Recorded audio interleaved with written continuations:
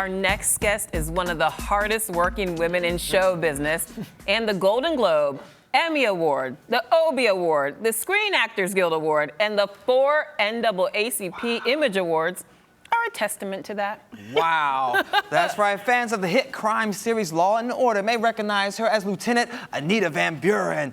And she's here with us to discuss that iconic role, her life on the stage, and her new documentary, The Contradictions of Fair Hope. Welcome, Epatha Merkeson. Epatha. I always do that. That's I'm all sure right. I'm not the first person to have You're done that. Okay, I'm making sure. So excuse me, forgive me. No problem. Can we start with an easy question? Sure. What's the S stand for? I always say it stands for sweet. So whenever you say my name, you have to say Sweet Epatha. Sweet Okay, Epatha. I like that. Sweet Epatha. Sweet Epatha. Nice. Mm-hmm. I want an S now. Oh, There you go. Sweet Lola. I like that. Okay, so we'll get to Law and Order later, but let's talk about your new documentary. It covers what we call, benevolent societies. Yes. What were benevolent societies and what drew you to this project? Well, benevolent societies were self-help organizations and communities, and a lot of them cropped up after emancipation in the newly freed slave communities. But it is not unlike any immigrant family that comes here. You'll have an Irish benevolent society, Italian, Korean, Jewish benevolent society, but this particular society is still in existence. It is 127 years old. My goodness. The old folks still meet once a month. They still collect dues. They still deal with their original mission was to initially help freed people bury their dead. Okay. And with this being about the Fair Hope Benevolent Society, tell us a little bit more about that community and the story behind Fair Hope. Well, the interesting thing is my producing partner's grandmother is a member. She's 100 years old. She's been a member since she was 17. And it has morphed over the years from what was a very religious organization and a society turnout where people get together and just fellowship to this huge festival now that is called the Foot Wash. The foot wash. Yes. Is there Yes. a literal foot wash happening? No. Okay. The problem is when you go onto the grounds, which is all private, when you go onto the grounds and you come out, your feet are dirty. So you have to wash your feet. There's no biblical reference at all. I was wondering. Yeah. Okay. Yeah. And now I know Whoopi Goldberg narrates the documentary. How did she become attached to the project? Well, Whoopi is a friend, and we happened to be sitting at a dinner table one evening, and we were discussing the film, and she asked if we have a narrator, and we said no. And she said, okay, you do now. And it was just as simple as that. And it also happened the same way with the great Christian McBride, who scored the movie for us. I had someone working on it who wasn't coming through. And at the last minute, I begged Christian McBride, and he came in and did a great job on the soundtrack. Well, those are two major players. Yeah, So yeah. when will this have wide release? When can we see Well, it? we started the film festival circuit last year, Okay. but in February, it will get its premiere on Stars. On Stars. Yes. That's fantastic. We're very excited And it took about that. 3 years to... It took 3 years to make because the foot wash only happens once a year at the end of September. Okay. Yes. And is it a big party, a big bacchanal? What happens? It is a complete bacchanal at this point. But what is so fascinating is still that last Sunday in September, the old folks get together and they celebrate. And I think initially what the society turnout was a celebration of harvest. Because by the time you get to the end of September, you've gone through harvest. So they would celebrate harvest, and they would also celebrate those who had passed on.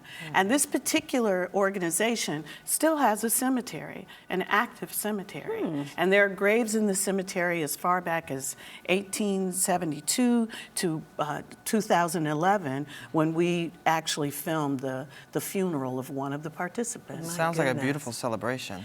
It really is, and what the film tries to do is it tries to tell the story of how when you lose your history, that you lose yourself. And so this organization was created out of nobility, and that's what the documentary tries to tell, the story of how it got from this wonderful place of nobility to this place of debauchery, to where upwards of 100,000 young people, well, not young, median age, say 18 to 45, descend on this area of Alabama, southwest Alabama, without there's no promotion, there's no advertisement. It's word of mouth. And there will be over 100,000 people attending if the weather fares well. And what happens during this Little bit of celebration? everything. Oh, really? And then I changed my voice on that. Oh, yeah. A little bit of everything. A little bit of everything. Yeah. Okay, enough said. Okay, looking forward to that. And now See the documentary. Oh, we'll we have to sure check will. that out. We will be tuning in. All right, but now we have to move on to Law and Order. Absolutely. Law and Order. All right, I fall asleep to you every night. I really do. It's me and you. And it's amazing. gosh. You know, I did the show in the very first season. I played a housekeeper, and not a housekeeper, a worker in a big building. And then 3 years later, they called me to play Van Buren. And who knew that the show would last so long and I would be the longest running character on the show. The longest running African American on television history, practically, Yes, right? for a drama. For a drama, yes. Oh, so when you were playing that 16 character, seasons. Yes. 16 that's seasons. amazing. Did you have any idea when you were playing that character that you were going to be doing it for nearly 2 decades? No, not at all. In fact, at the time, I had an agent who said to me, you know, you want to stay in New York, you want to do theater, you know, do this thing. It's not going to last a year. Of course, he had to go because he got Right. it all wrong. He got it all wrong, clearly. So how did you originally land the role? You know, I had done something with, because I had done the episode in the very first season, which, by the way, is my favorite episode of all the times that I was on the show, an episode called Mushrooms. But I had done another show with Dick Wolf called Man and Machine. It was kind of a cyber detective story that didn't last long. And at one point, NBC told him that, you know, if he didn't bring women onto the show, that they were going to cancel it. So I was called in. And there are 2 stories. He said that his kids really liked the fact that I was on Pee-wee's Playhouse. And that's Love how- that. Which we are going to get to. Yes, don't Which worry. we We are didn't gonna forget get that. to. So no. I might have to thank his children for getting me that job, you know. Yeah. Anita Van Buren, many characters were killed off or retired. Why do you think she managed to last so long? Well, I think She survived cancer. She did. I think that she was like a through line, that every time someone would leave, they could count on Van Buren and McCoy being there. The 2 faces that was the through line for all the years on the show. So I think that was really her role as far as the people coming and going on the show. Wow. It allowed our audience to have these 2 people that they could rely on. Yeah, these bedrocks. Yes, yes. Now you've had a long, varied, amazing career. What initially drew you to show business? You know, I was doing it as a kid. I come from a musical family. There are 5 of us. I'm the last of 5. All of us either play an instrument or sing or danced. My mother still sings in her choir at 87. Wow. Miss Thing jumped out of a plane last year. Stop it. Yes, my mother went skydiving last year. I'm scared of her. At 86. At 86? At 86. Wow. Yeah. She's bad. Yeah, I like so, that. you know, we all sang and recited around the house. So it literally was a seamless sort of idea for me that I would leave school and I get a Bachelor of Fine Art. I have a Bachelor of Fine Art in theater. So I would study and then I would come to New York. It always seemed to be the plan. So is Pee-wee's Playhouse part of that plan? Because we remember it's still the word of the day. I know, right? No, it wasn't. But, you know, it literally was my first television gig, and Paul and I are still best of friends. Really? You're friends with Pee Wee Herman? Absolutely. We are still Goodness. best of friends, and I was really hurt that I wasn't able to do the Broadway show. Oh, yeah. But it was great fun. It And was Lawrence great Fishburne fun. was on that show You know, as the well. people that came through, Jimmy Smits was on yes, the show. he was. So it was great, great fun. And you've gone on to do major things like Lackawanna Blues. I mean, everybody loved that. You won almost every major award in 2006 for that. It was an incredible year. Well, how for did it me. change your life? You know, literally, it was a great way to affirm the work that I've been doing. You know, I I got those awards when I was in my 50s. And so I've just been working. And to get that kind of recognition, you guys have some great photos. I don't know. We'll get you copies. Yeah, thanks. But to get that kind of recognition, you know, in your 50s after you've been working so hard, it really is quite lovely. It's lovely. Well, congratulations again. Deserve it all. Can we talk about Find Our Missing? Absolutely. It airs on TV One, and it's a show that's dedicated to finding missing people of color.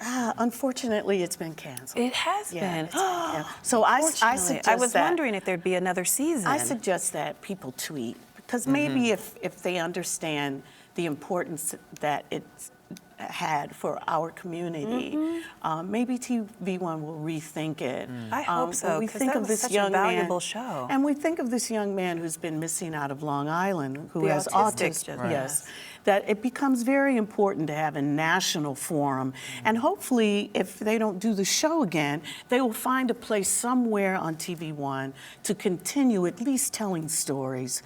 Maybe, you know, Roland Martin's show, they can do a segment on it, or, you know, any of us can do a segment on someone who's missing, because it's very important that we have that national attention. It is indeed. Yeah. So what's next for you?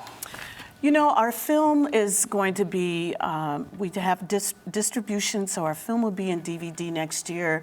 We're thinking of another project. I have a Raquel Metcalf, who is not only my business and producing partner, but he's turned out to be my little brother. Oh, that's nice. He and I are thinking of another project. It's just in its infancy now, but we're thinking of doing something on the fair sentencing laws.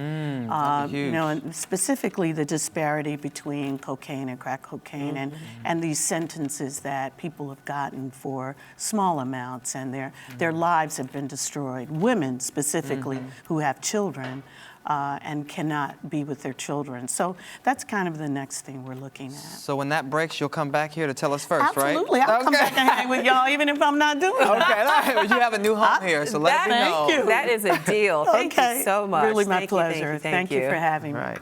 You're watching Arise Entertainment 360.